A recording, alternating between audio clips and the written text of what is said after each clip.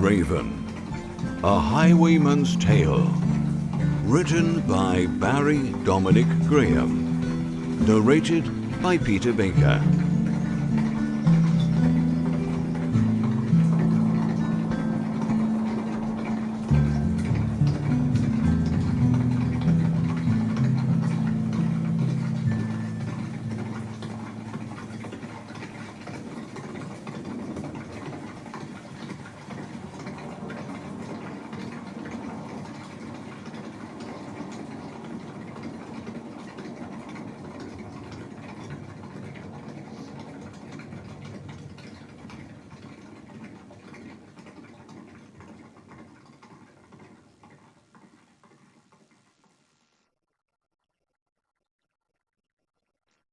This book is profoundly dedicated to my beloved wife, Helen Frances Graham, my son, Jonathan Christopher James, and to my beautiful daughter, Hannah Helena Margaret.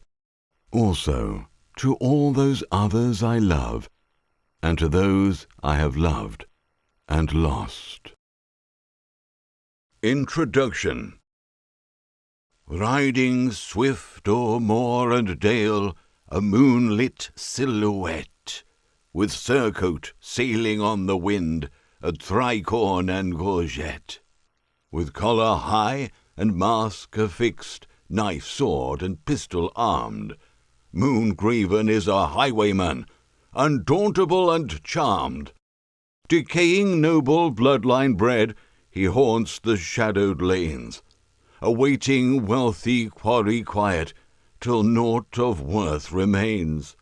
With daring do adventures, amid Regency romance, this tale of twilight tour de force would make the devil dance. Moongraven, the Tale. Part 1. In fiery fury o'er the dales, he rides through moonlit mist. With quarry now within his sight, he hopes that none resist. Moongraven is a highwayman of high-born noble soul. No rogue has ever been his like, excess within control. Sir Marcus Shorn Moongraven is the title of his birth. His kingly bloodline in decay yields naught to him but mirth.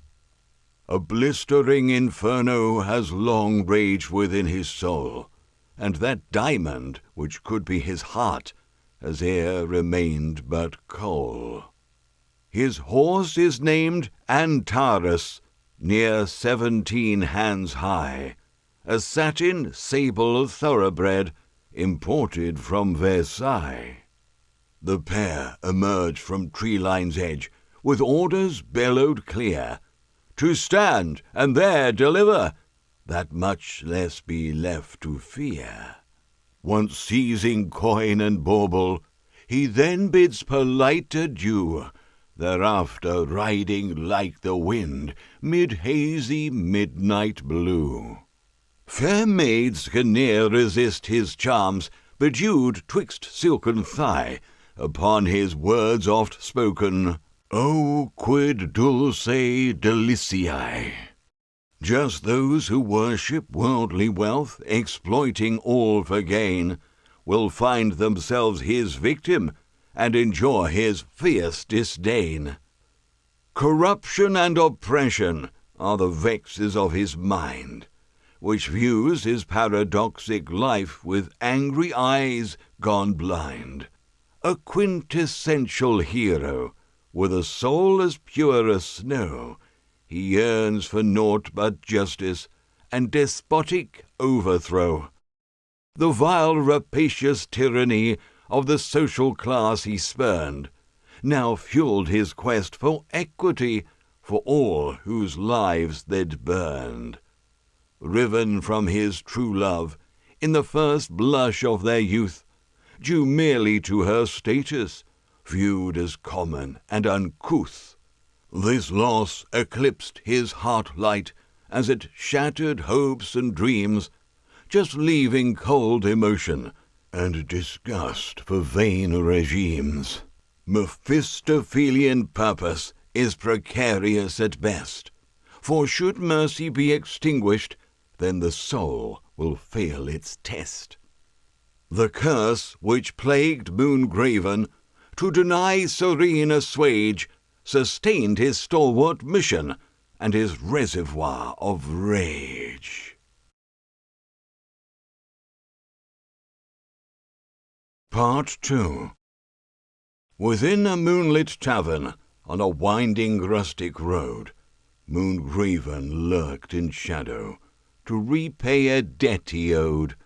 With hat pulled down to mask his eyes in candle-lit milieu, he sat with icy focus to await the rendezvous.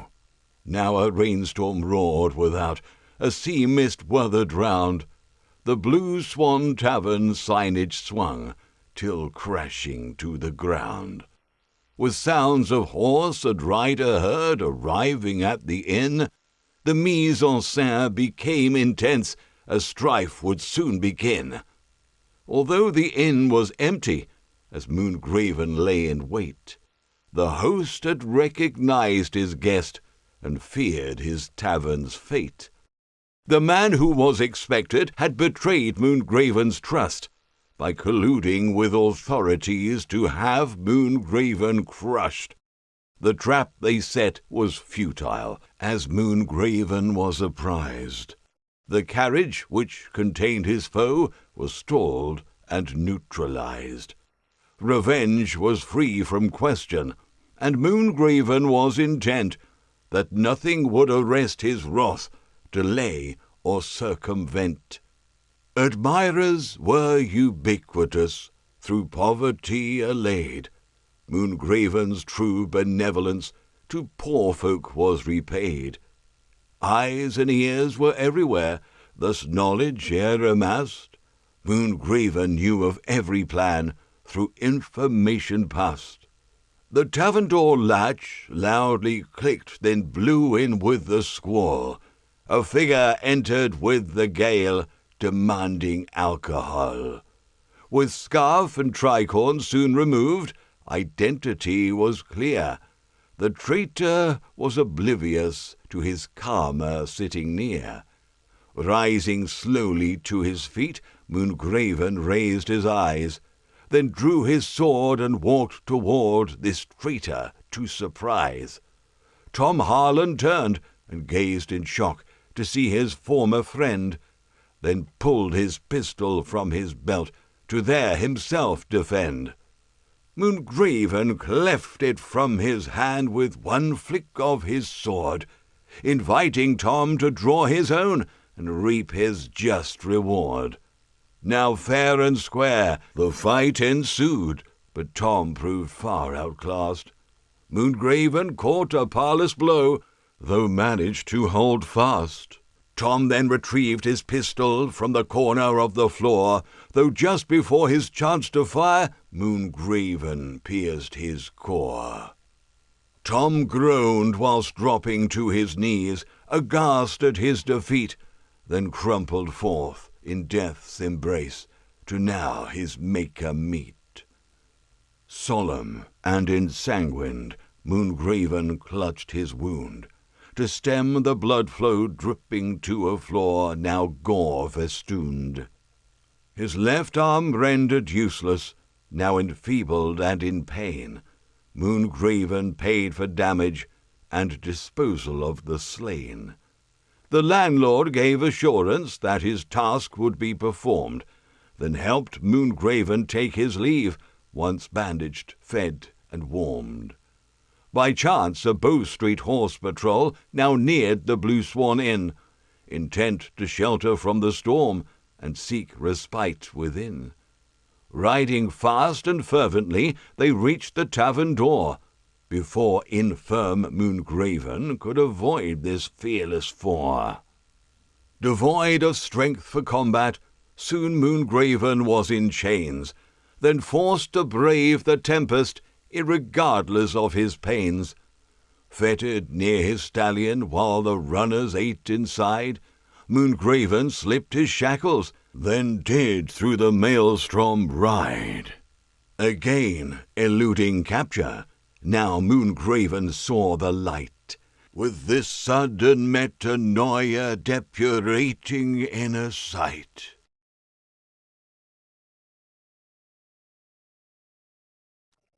Part 3. A nearby beach beneath the cliffs played host to tragic deed, where wreckers coshed survivors of a ship left now to bleed.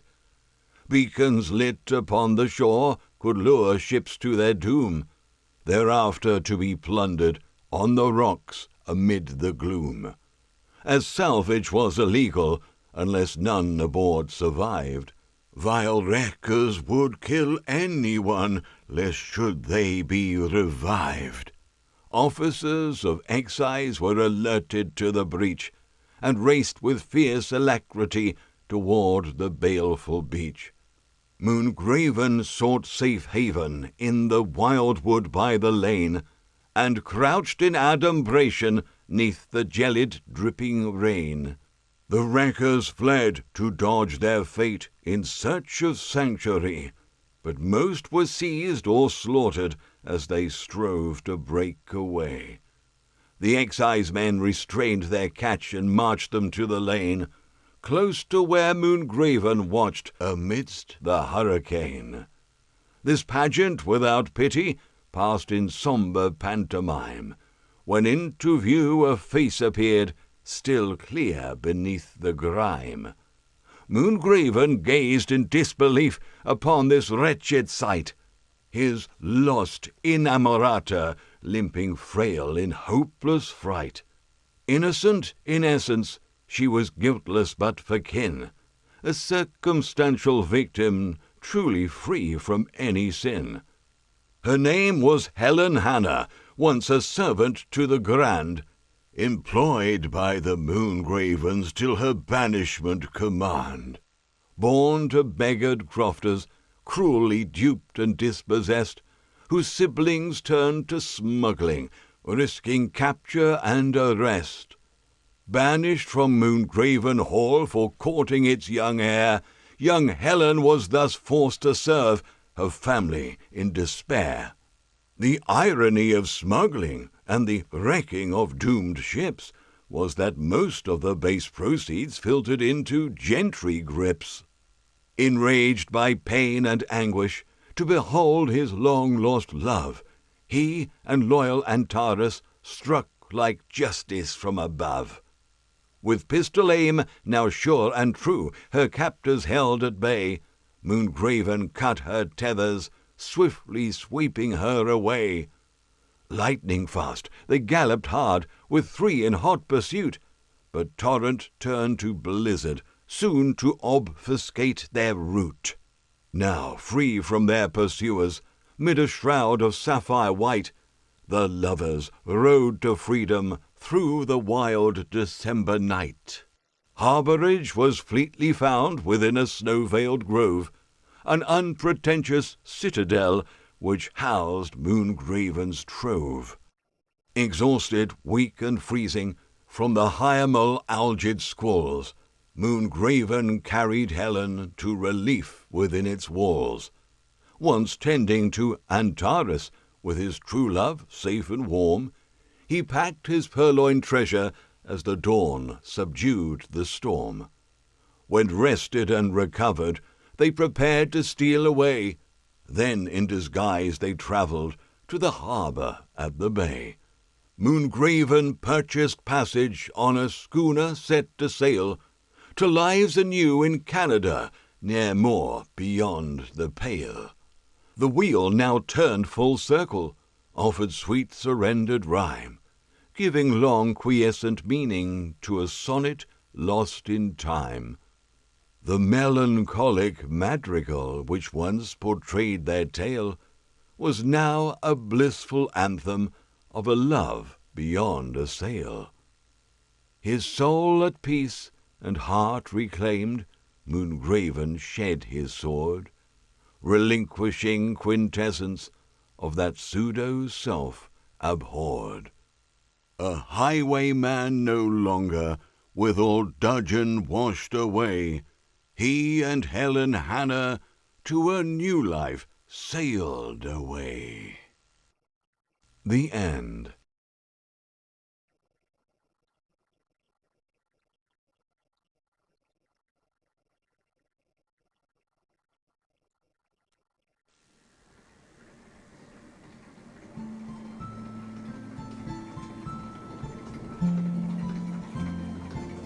This has been Moongraven, A Highwayman's Tale, written by Barry Dominic Graham, narrated by Peter Baker, copyright 2019 by Barry Dominic Graham, production copyright 2019 by Barry Dominic Graham.